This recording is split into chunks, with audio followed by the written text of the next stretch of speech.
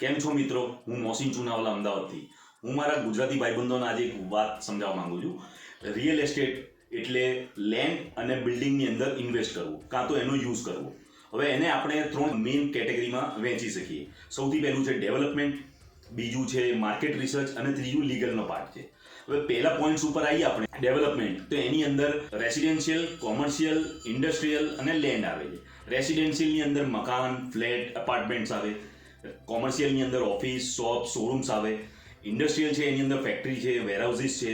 અને લેન્ડ જે છે એને એનઓસી પ્લોટ પાડેલા હોય તો એની અંદર બી તમે ઇન્વેસ્ટ કરી શકો. હવે બીજું જે પોઈન્ટ છે માર્કેટ રિસર્ચનો, એ બહુ અગત્યનો પોઈન્ટ છે. કેમ કે તમે તમારા લાઈફની જેટલી સેવિંગ ઇન્વેસ્ટ કરી રહ્યા છો તો એનું લોકેશન જોવી જરૂરી છે કે એમાં ઇન્ફ્રાસ્ટ્રક્ચર છે કે નહીં, ત્યાં આજુબાજુમાં બેંક્સ, હોસ્પિટલ કે પછી નિયરેસ્ટ એરપોર્ટથી લઈને જે બી ફેસિલિટી ઇન્ફ્રાસ્ટ્રક્ચરની ડેવલપ થયેલી છે કે નથી.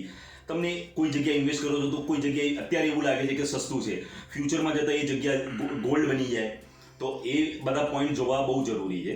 તો આ માર્કેટ બધું રિસર્ચ કરીને જો તમે ઇન્વેસ્ટ કરશો તો એની અંદર બી તમને બહુ ફાયદો થશે ને યર આફ્ટર યર તમને એપ્રિસિએશન બી થશે ને રિટર્ન ઓફ ઇન્વેસ્ટમેન્ટ તમારું બહુ સારું થશે. હવે આવીએ આપણે ત્રીજા આપણા લીગલ પાર્ટ ઉપર.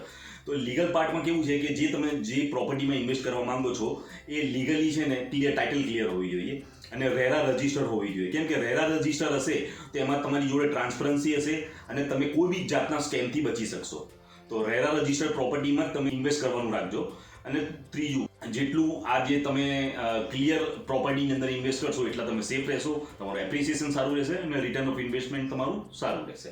ઓકે, જય હિન્દ.